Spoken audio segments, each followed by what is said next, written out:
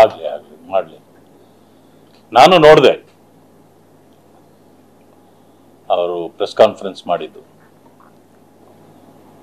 ಇದು ನಿನ್ನೆ ಏನೋ ನಡೆದಿದೆ ಅನ್ನಲಾದ ಇದು CA ಸೈಟ್ಗಳ ವಿಚಾರದಲ್ಲಿ ಅದು ಇದನ್ನ ನಾನಲ್ಲ ವಾಪಸ್ ಹೊರಗಡೆ ತಂದಿದ್ದು, ದಿನೇಶ್ ಕಲ್ಲಳ್ಳಿ ಅಂತಕ್ಕಂಥವರು ಅದನ್ನ ಹೊರಗಡೆ ತಂದಿದ್ದು. ವಿರೋಧ ಪಕ್ಷದ ನಾಯಕನಾಗಿ ನನ್ನ ಗಮನಕ್ಕೆ ಬಂದಿದ್ದನ್ನ ನಾನು ಕೂಡ ಮಾತಾಡ್ಬೇಕಾಗತ್ತೆ. ಇಲ್ಲ ಅಂತಂದ್ರೆ ನೀವೇನ್ ಮಾಡ್ತಿದ್ದೀರಿ ಅಂತ ಯಾರಾದ್ರೂ ನೀವೇ ಕೇಳ್ಬಹುದು. ನಾಳೆ ನಾನು ಕೇಳಿದೆ, ಆಗ ಮೇಲ್ನೋಟಕ್ಕೆ ನನಗನ್ಸಿದ್ದು ಈಗ ಇಂಡಸ್ಟ್ರಿಯಲ್ ಸೈಟ್ ಯಾರೇ ತಗೋಬಹುದು, ಜನರಲ್ ಅದು, ಅದಕ್ಕೆ ಯಾರ ಅಪ್ಪಣೆನೂ ಬೇಕಾಗಿಲ್ಲ, ಇನ್ಫ್ಲೂಯೆನ್ಸು ಬೇಕಾಗಿಲ್ಲ, ಅದು ಸಹಜವಾಗಿ ಬರುವಂಥದ್ದು. ಆದ್ರೆ CA ಸೈಟ್ಗಳು ಬಂದಾಗ CA ಸೈಟ್ಗೆ ಒಂದು ನಿಯಮಗಳಿದೆ ಕೆಲವು. CA ಸೈಟು ಇಂಥ site flat number so and so, ಇದು ಎಜುಕೇಶನ್ ಸೊಸೈಟಿ ಮಾಡೋರಿಗೆ ಅಂತ ಮುಡುಪಿಟ್ಟಿರ್ತಾರೆ. ಇನ್ನೊಂದು ನಂಬರ್ ಸೋ ಅಂಡ್ ಸೋ, ಇದು ಪೋಸ್ಟ್ ಆಫೀಸ್ ತೆರೆಯೋರಿಗೆ ಇಟ್ಟಿರ್ತಾರೆ, ಅಥವಾ ಇಂಥದ್ದು ಪೆಟ್ರೋಲ್ ಬಂಕ್ಗೆ ಅಂತ ಇರ್ತದೆ. ಯಾವುದೇ ಈ ತರ ನಮೂದಾಗಿರುತ್ತೆ ಮೊದಲೇ. ಅಪ್ಲಿಕೇಶನ್ ಹಾಕೋರು ಯಾರೇ ಹಾಕುವಾಗ ಎಜುಕೇಶನ್ ಸೊಸೈಟಿಗಿದ್ರೆ ಎಜುಕೇಶನ್ ಸೊಸೈಟಿ ಮಾಡೋರೆಲ್ಲ ಅದಕ್ಕೆ ಸೈಟ್ಗೆ ಹಾಕ್ತಾರೆ, ಅಥವಾ ಬೇರೆ ಬೇರೆ ಇದಕ್ಕಿದ್ರೆ ಅದಕ್ಕೆ ಹಾಕೊಳ್ತಾರೆ, ಇದಕ್ಕೆ ಹಾಕಲ್ಲ. ಬಟ್ ಇಲ್ಲಾಗಿರೋದೇನೋ ಆ ರೀತಿ ನಿಮ್ಮ ನೋಟಿಫಿಕೇಶನ್ ಅಲ್ಲಿಲ್ಲೂ ಇಲ್ಲ. Number 1 mistake. ಎರಡನೇದು, ಅರ್ಜಿಗಳನ್ನ ಕರೀಬೇಕಾದ್ರೆ 30 ದಿನಗಳ ಸಮಯ ಕೊಡ್ತಾರೆ. ಅದಾದ ಮೇಲೆ ಬಂದಿದ್ದನ್ನೆಲ್ಲ ಸ್ಕ್ರೂಟ್ನಿ ಮಾಡ್ಲಿಕ್ಕೆ ತಿಂಗಳಗಟ್ಟಲೆ ತಗೋತಾರೆ. ಅದಾಗೋಷ್ಟೊತ್ತಿಗೆ ಹೆಚ್ಚು ಕಡಿಮೆ 6 ತಿಂಗಳು 7 ತಿಂಗಳು ಹಂಗೆ ಆಗ್ತದೆ. ಇದು ನಡ್ಕೊಂಡು ಬಂದಿರೋದು ನಾವು ಗಮನಿಸಿರೋದು. ಆದ್ರೆ ಇಲ್ಲಾಗಿರೋದೇನೋ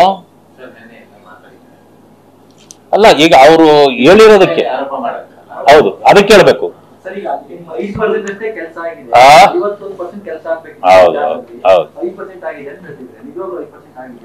ಅಲ್ಲಲ್ಲ, ನಾನು ಹೇಳ್ತೀನಿ ಅದನ್ನ.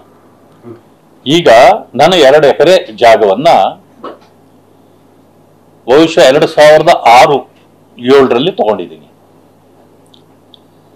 ಯಾರು ಇನ್ಫ್ಲೂಯೆನ್ಸು ಇಲ್ಲ, ಏನಿಲ್ಲ, ಅದು ನನ್ನ ಸ್ವಂತ ತಗೊಂಡೆ.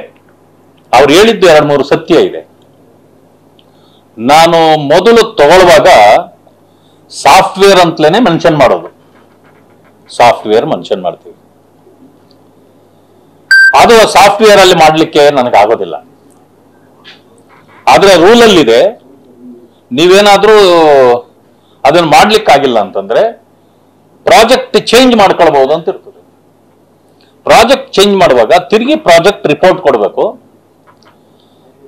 ರಿಕ್ವೆಸ್ಟ್ ಕೊಡಬೇಕು. ಕೊಟ್ಟ ಮೇಲೆ ಅವರು ಬದಲಾವಣೆ ಮಾಡಿದ್ದಾರೆ, ಅವರೇ ಮಾಡಿಕೊಟ್ರದು, ನಾವಲ್ಲ, ನಾವು ಮಾಡ್ಕೊಳಕ್ ಬರಲ್ಲ. ಅದು ರೂಲ್ ಪ್ರಕಾರನೇ ಮಾಡ್ಕೊಂಡಿದ್ದೀನಿ. ಅದಾಗ್ಲಿಲ್ಲ, ಅದಾದ್ಮೇಲೆ ಮಾಡ್ಕೊಂಡು ವೇರ್ ಹೌಸ್ ಅಂತ ಮಾಡಿದ್ದೀನಿ. Warehouse, Brindavan warehouse, godown ಅಷ್ಟೇ. ಗೋಡನ್ ಮಾಡೋರು ಏನ್ ಮಾಡ್ತಾರೆ, ಗೋಡನ್ ಕಟ್ತಾರೆ, ಕಟ್ಟಿಬಿಟ್ಟು ಅದನ್ನ ಬಾಡಿಗೆ ಕೊಡೋದೇನೆ ಉದ್ದೇಶ ಇರೋದು. ರೂಲ್ ಪ್ರಕಾರನೇ ಬಾಡಿಗೆ ಕೊಡೋದೇ ಇರೋದಲ್ಲಿ. ಬಾಡಿಗೆ ಯಾಕೆ ಕೊಡ್ಬೇಕಂತಂದ್ರೆ ವೇರ್ ಹೌಸ್ ಕಟ್ಬಿಟ್ಟು ನಾವು ಅದ್ರಲ್ಲಿ ಕುತ್ಕೊಳ್ಳಲ್ಲ, ಅಥವಾ ನಮ್ಮ ವಸ್ತುಗಳನ್ನ ಇಟ್ಕೊಂಡು ಕುತ್ಕೊಳ್ಳಲ್ಲ.